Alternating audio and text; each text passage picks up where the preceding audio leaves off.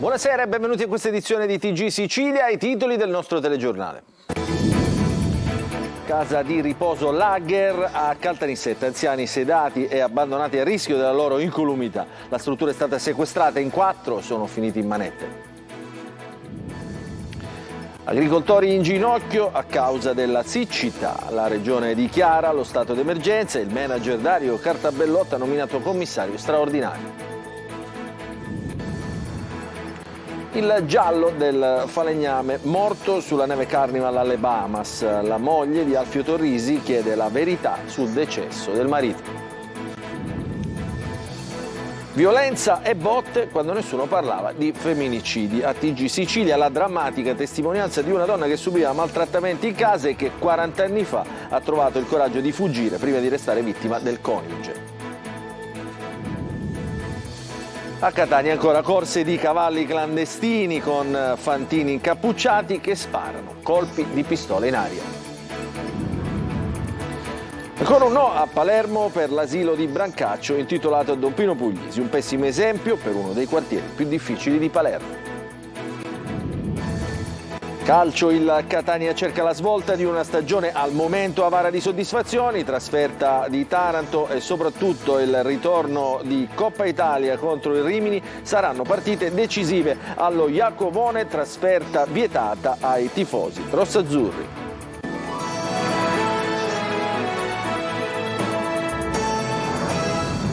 Ancora buonasera. Scoperta a Caltanissetta una casa di riposo Lager. I carabinieri, in esecuzione di un'ordinanza del GIP, hanno arrestato questa mattina 4 persone e posto la struttura sotto sequestro. Emanuela Corsi. È stata la denuncia delle 2 figlie di un ospite a far scattare le indagini e a far emergere la verità su quanto avveniva all'interno della casa di riposo San Michele di Caltanissetta, posta sotto sequestro dai carabinieri.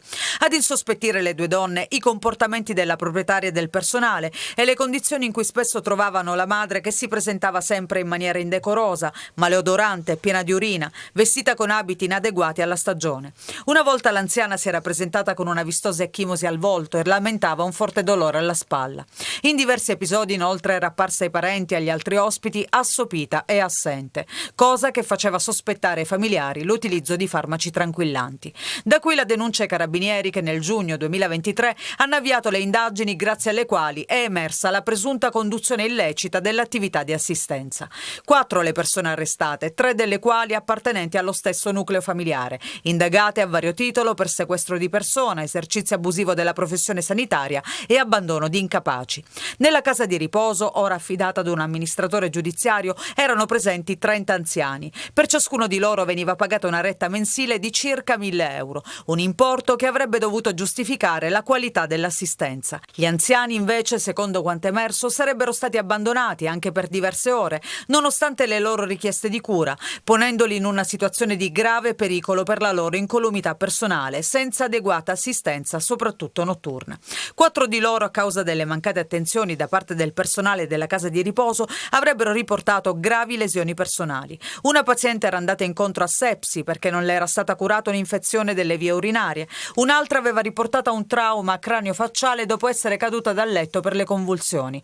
Un anziano paziente sarebbe stato invece rinchiuso nel suo posto letto attraverso l'utilizzo di griglie di ferro, normalmente utilizzate come barriere laterali, impedendogli di spostarsi durante la notte. La regione siciliana dichiara lo stato di crisi per la siccità e nomina un commissario straordinario per gli interventi a favore di agricoltori e allevatori. Intanto Coldiretti chiede un piano Marshall e interventi anche a medio e lungo termine sulle infrastrutture, perché la situazione non potrà che peggiorare nei prossimi anni. Il servizio è di Manlio Viola. Arriva la dichiarazione dello stato di crisi per l'emergenza siccità in Sicilia, lo ha proclamato la giunta regionale di governo su proposta dell'assessore all'agricoltura Luca Sammartino. Per l'attuazione degli interventi in favore degli allevatori siciliani, il presidente della regione Renato Schifani ha nominato commissario il dirigente generale del Dipartimento Agricoltura Dario Cartabellotta. Tra i provvedimenti individuati nella delibera di giunta, molti dei quali sono stati suggeriti dai lavori dell'unità di crisi in agricoltura, c'è il sostegno alle spese per la transumanza, ma ci sono anche l'esonero dai pagamenti dei canoni canoni d'affitto delle superfici a pascolo pubblico per il 2024 e l'erogazione dei primi contributi per 5 milioni di euro alle aziende per l'acquisto di foraggio e l'approvvigionamento idrico, la semplificazione delle procedure sempre per l'approvvigionamento idrico nei corsi d'acqua e l'utilizzo delle autobotti per il trasporto dell'acqua per gli animali. Intanto da Coldiretti arrivano dati sull'inverno bollente che abbiamo vissuto e continuiamo a vivere in tutto il paese. L'aumento della temperatura media è di 1,6 gradi e questo enfatizza i problemi idrici dovuti alle scarse piogge. Serve dunque, dicono da Coldiretti, un piano Marshall per il settore, a partire da un piano invasi per fronteggiare la crisi idrica con investimenti strutturali e progetti di lungo respiro che vadano oltre l'emergenza, come il piano elaborato dalla stessa Coldiretti con Ambi, che punta ad aumentare la raccolta di acqua piovana, oggi ferma all'11%, attraverso la realizzazione di invasi che garantiscano acqua per tutti gli usi civili, per la produzione agricola e per un genere di energia pulita idroelettrica. È stata definita la proposta di programmazione delle risorse del Fondo per lo sviluppo e la coesione 2021-2027 previste per la Sicilia. La parte più consistente delle somme di circa 2,4 miliardi di euro è destinata a interventi nel settore dei trasporti e mobilità.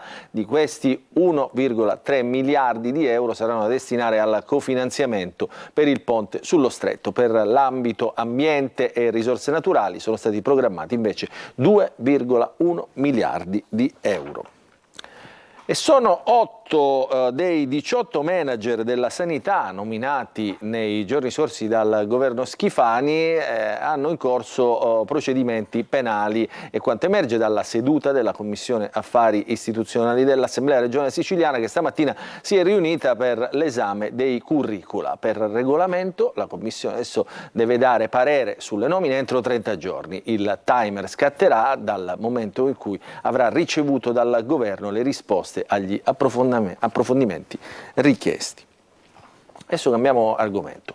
Vogliamo sapere come è morto mio marito. A TG Sicilia parla Giusy Kunderi. Giusy Kunderi è la moglie di Alfio Torrisi. Il falegname è morto al suo secondo giorno di lavoro sulla nave Carnival alle Bahamas. Il servizio e la testimonianza raccolte da Giusy Lazzara.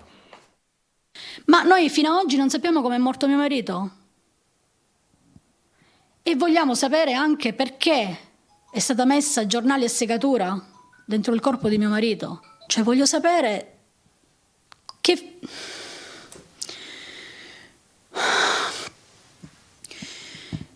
Io voglio gli organi di mio marito e voglio anche la cartella clinica, voglio anche l'autopsia che hanno eseguito, cioè tutto il referto che hanno eseguito là.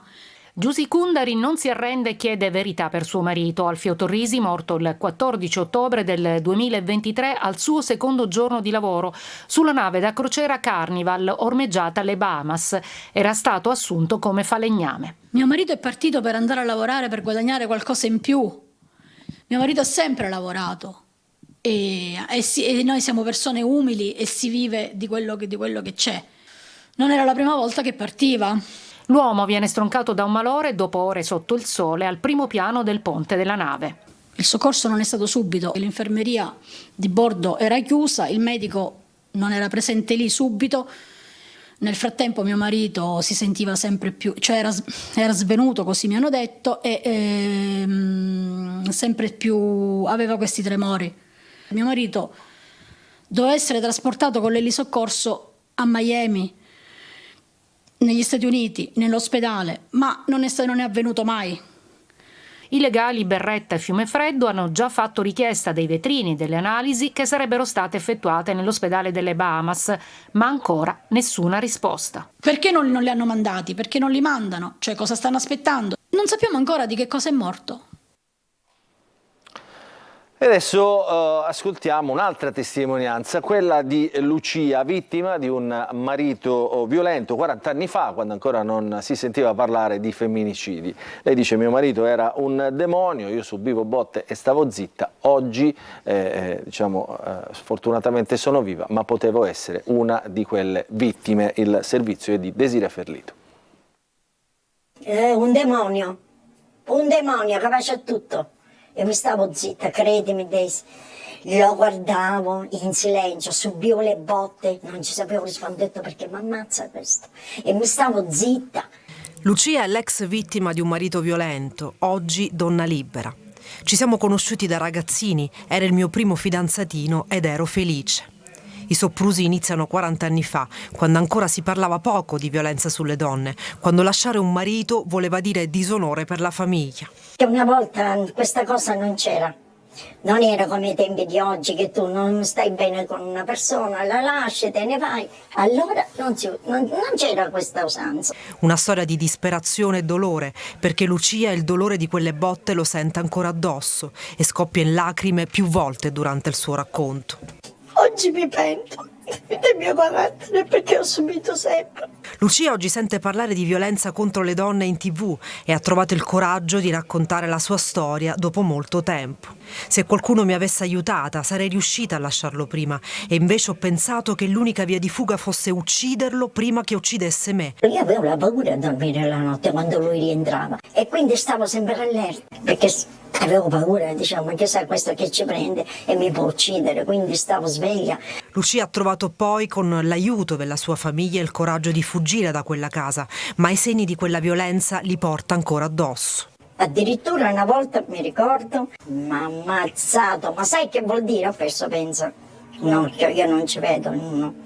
Sono invalida. Nonostante le promesse di quell'uomo violento che però non cambiava mai. Poi mi faceva, io cambio, te lo giuro, ti lascio libera, quello che tu vuoi fare fai. Oggi Lucia è una donna di esperienza e vuole lanciare un messaggio a chi non trova il coraggio di cercare aiuto. Non tacere.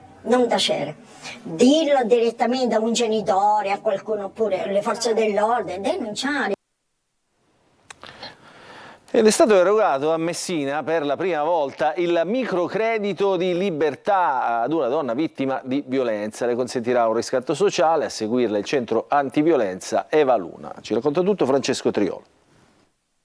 Cambia la qualità della vita perché finalmente si potrà permettere delle aggiustature, aggiustatine alla casa, una stanza più dignitosa per i propri figli, potrà finalmente avere delle comodità e dei diritti a una vita qualitativamente decente, perché praticamente fino ad oggi non aveva mai potuto accedere a questo né lei né i propri figli per questi problemi economici che conseguenti direttamente alle violenze subite e anche ai problemi economici che gli aveva lasciato il compagno. La possibilità di riscattarsi socialmente ed economicamente, questo è l'obiettivo del microcredito di libertà, strumento finanziario voluto dal governo per l'emancipazione economica delle donne che hanno subito violenza. Per la prima volta il microcredito di libertà è stato erogato a Messina ad una donna seguita dal centro antiviolenza Eva Luna, che ha provveduto ad avviare le procedure previste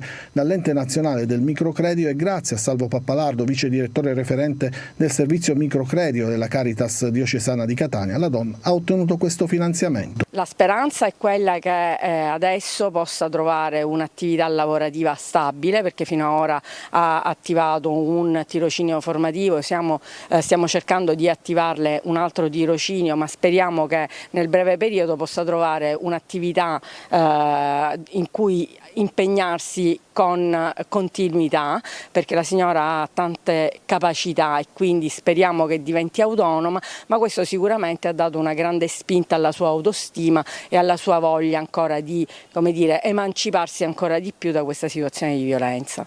Le somme ottenute saranno utilizzate per garantire ai figli della vittima un ambiente di vita più confortevole e fare fronte ai debiti accumulati in seguito all'allontanamento dell'ex compagno, autore della violenza. Noi speriamo che sia questo il primo di tanti altri finanziamenti a disposizione delle donne che o presenti all'interno dei centri antiviolenza o delle strutture di accoglienza, di emergenza o case rifugio, che possano finalmente ottenere degli aiuti concreti per uscire e rendersi autonome e indipendenti per se stesse e anche per i figli con cui sono all'interno delle strutture. Adesso la cronaca, guardate queste immagini che stiamo per mostrarvi, ci sono corse di cavalli clandestini e fantini che sparano colpi di pistola in aria, fantini incappucciati. Tutto questo avviene a Catania. Il servizio.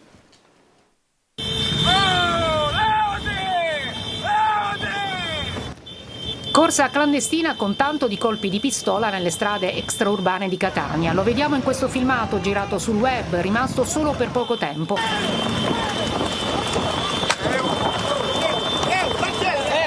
La corsa corsa con 2 calessi professionali guidati da driver incappucciati con passamontagna. In meno di un minuto vengono esplosi 5 colpi per almeno 3 volte. I cavalli poi sono seguiti da decine di scooter che in corsa incitano i fantini. Sappiamo perfettamente che dietro questi episodi criminali c'è purtroppo la zoomafia, la criminalità organizzata che sfrutta gli animali per un business milionario. È ora di smetterla di fare passerelle, è arrivato il momento di intervenire. Rizzi ha presentato una denuncia alla polizia di Catania, segnalando anche la presenza di stalle clandestine in pieno centro urbano di Catania.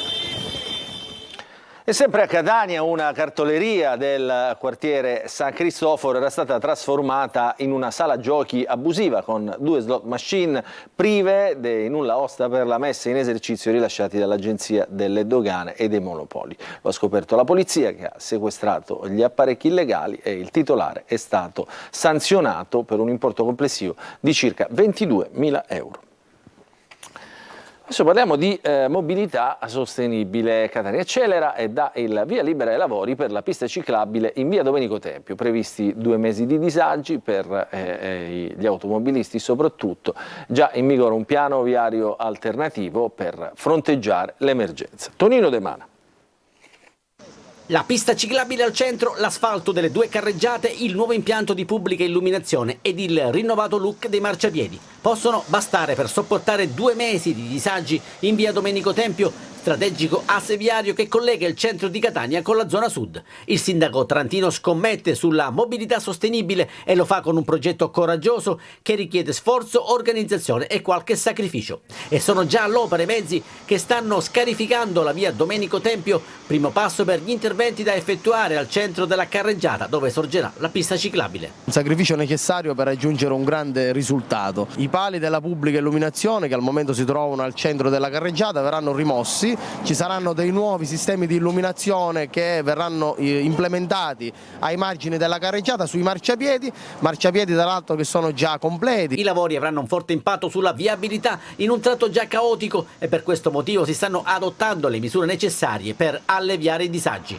Già transennata, come vedete, una parte di via Plebiscito che dovrà sopportare il traffico da e per il centro. L'obiettivo è renderla più scorrevole e bypassare le vie Tempio e Cristoforo Colombo, utilizzando anche la via Playa in modo da raggiungere Faro Biscari. In alternativa si consiglia l'utilizzo dell'asse attrezzato con imbocco da Viale Indipendenza, mentre bus e taxi potranno transitare dal porto ma solo in direzione sud-centro. Intanto il comune accelera anche sul restyling della zona industriale, dove sono previsti interventi per il rifacimento della pavimentazione di strade e marciapiedi e l'installazione di altre 197 telecamere. Si lavora quindi sulla sicurezza stradale e non solo, in un distretto produttivo che da solo riesce a sviluppare il 15% del prodotto interno lordo dell'intera Sicilia. E adesso parliamo dello sconto sul bollo auto, lo sconto del 10%, il cosiddetto stracciabollo, che può essere usufruito solo da chi non ha annualità pregresse pendenti e si può ottenere esclusivamente presentandosi agli sportelli ACI o in tutte le tabaccherie siciliane. Gli uffici postali invece non sono abilitati al pagamento in misura agevolata. La precisazione arriva dall'assessorato regionale all'economia appunto su questa misura che agevola in qualche modo gli automobilisti siciliani. E adesso parliamo degli amministratori di 2 RSA del Siracusano che devono rispondere di omicidio colposo plurimo perché secondo la procura nel 2020 6 decessi e 23 contagi Covid si sarebbero potuti evitare. Il servizio di Francesco Aloi. Non avrebbero fatto nulla per evitare il contagio da Covid. È l'accusa che la Procura di Siracusa contesta agli amministratori di 2 RSA, di Augusta e Siracusa. A loro è arrivato l'avviso di conclusione indagini. Devono rispondere di omicidio colposo plurimo. 23 i contagi provocati dalla loro negligenza, 6 i decessi. Ed è stata la moglie di una delle vittime a presentare un esposto. Tutto risale al 2020. Era il 2 dicembre. Quando un'operatrice a Siracusa entra in contatto con un ospite positiva al virus. Nessuna comunicazione all'USCA e 2 giorni dopo va a lavorare nell'altra residenza, quella di Augusta. Secondo chi indaga, quindi, contagi e vittime si sarebbero potuti evitare. Bastava mettere in isolamento l'operatrice entrata a contatto con il virus e rispettare le regole. A Brancaccio la priorità sono altre e non l'asilo nido, è il messaggio che alcuni palermitani hanno dato al centro Padre Nostro fondato dal martire Don Pino Puglisi. Ancora dunque un no per l'asilo in uno dei quartieri più difficili di Palermo. Ci racconta tutto Marco Gulla. Un asilo che non sa da fa. Le necessità sono altre, ci sono altre emergenze su Brancaccio e la risposta che alcuni consiglieri comunali di Palermo e dirigenti del municipio hanno dato a Maurizio Artale, presidente del centro Padre Nostro, che da anni lotta per far sorgere nel quartiere di Padre Puglisi un asilo nido. I 3 milioni di euro stanziati nel 2019 sono andati in perenzione, quindi niente più asilo a Brancaccio, non vi sarà più quel servizio per la prima infanzia, altissime in questo caso le responsabilità politiche. Ferma in seconda commissione all'urbanistica l'approvazione della variante al piano regolatorio per la costruzione dell'asilo nido di Brancaccio. Io penso che dalla dichiarazione che ho letto oggi sui giornali ci sia questo senso di politichese corretto che non aiuta a niente e a nessuno. Bisogna porre fine a questo rimpallo di responsabilità. E secondo il centro Padre Nostro le responsabilità sono solamente della politica palermitana, poco interessata a regalare un asilo in un quartiere dai tanti disagi e con un'alta percentuale di criminalità. Io sono stato disponibile a qualsiasi confronto. Il 22 di gennaio ho mandato un'email al Presidente della seconda commissione chiedendo di essere audito per diramare tutti i dubbi che potevano sorgere sulla costruzione di questo asilo nido. Perché forse meglio di chiunque altro in 30 anni di gestione del centro Padre Nostro posso diramare tutti i dubbi. Quindi ancora ad oggi non mi hanno risposto. Nel terreno dove dovrebbe sorgere l'asilo al momento c'è una discarica abusiva, uno dei tanti paradossi sociali e politici. Adesso il meteo in Sicilia l'inverno è a giorni alterni, dopo l'anticipo di primavera ecco che torna il maltempo. Allerta gialla in tutta l'isola, ma l'Etna rimane ancora senza neve e nel fine settimana le temperature saliranno di nuovo. Il servizio. Li indossiamo e li mettiamo da parte ad intermittenza. Giubbotto e sciarpe in Sicilia servono a fasi alterne.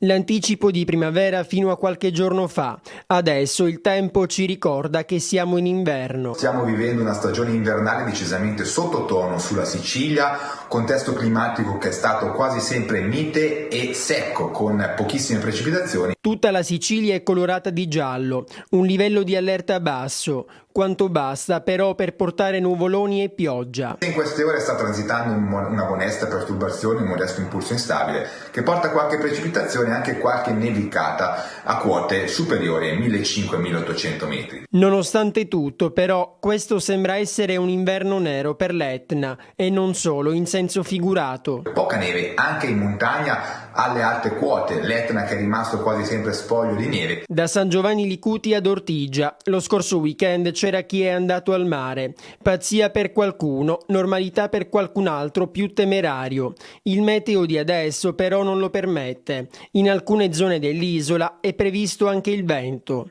Ancora qualche giorno comunque, poi ritornerà la primavera di febbraio. Nel weekend arriverà un'altra perturbazione, ma anche in questo caso non in un contesto climatico molto freddo, infatti avremo comunque una ventilazione prevalente di scirocco, quindi le temperature si mantengono abbastanza miti. Adesso ci fermiamo, una piccola pausa, poi il calcio.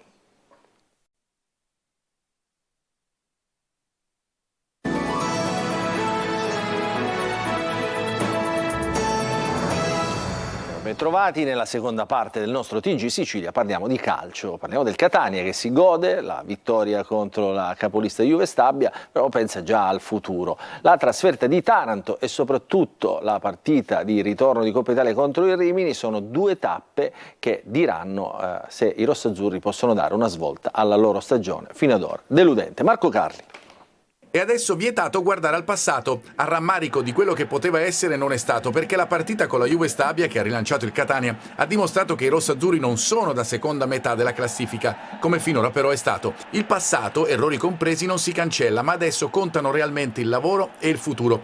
In vista di Taranto, match mai banale per i tifosi del Catania, e soprattutto in vista del ritorno con il Rimini in Coppa Italia, la partita che può indirizzare la parte decisiva della stagione, rappresentando una scorciatoia verso i play-off che partirebbero, qualora i rossazzurri incrociassero il Padova in finale, direttamente dalla fase nazionale. La partita con la Juve Stabia ha dimostrato che il Catania gioca meglio quando di testa è più libero. È successo anche nel secondo tempo con la Casertana, quando l'espulsione di Sturaro ha rappresentato quasi una leva per giocare senza condizionamenti. L'avvento del mental coach Eugenio Vassalle, già il rossazzurro nella stagione 2017-2018, in passato anche in B con Ascoli e Ternana, ha e avrà certamente il suo peso, così come il ritorno a pieno regime di Di Carmine e Zammarini, il rientro di Sturaro dalla squalifica, epidemia permettendo con il Taranto Lucarelli avrà qualche possibilità superiore di scelta. Rizzo intanto ha risolto consensualmente il contratto. Il tecnico valuterà anche in funzione del doppio impegno ravvicinato. Se la sfida in Puglia è importante, quella con Rimini è decisiva. Anche questo avrà il suo peso in una settimana intera di lavoro, una novità per un Catania ultimamente abituato a giocare ogni 3 giorni. Ed è ufficiale il divieto di trasferta a Taranto per i tifosi rossazzurri. Il provvedimento disposto dal prefetto del capoluogo pugliese vieta la vendita dei biglietti ai residenti a Catania e provincia. La decisione è stata assunta per la rivalità tra le due tifoserie. E questa era l'ultima notizia, il nostro telegiornale finisce qui, vi ringraziamo per averci seguito e vi auguriamo un buon proseguimento di serata.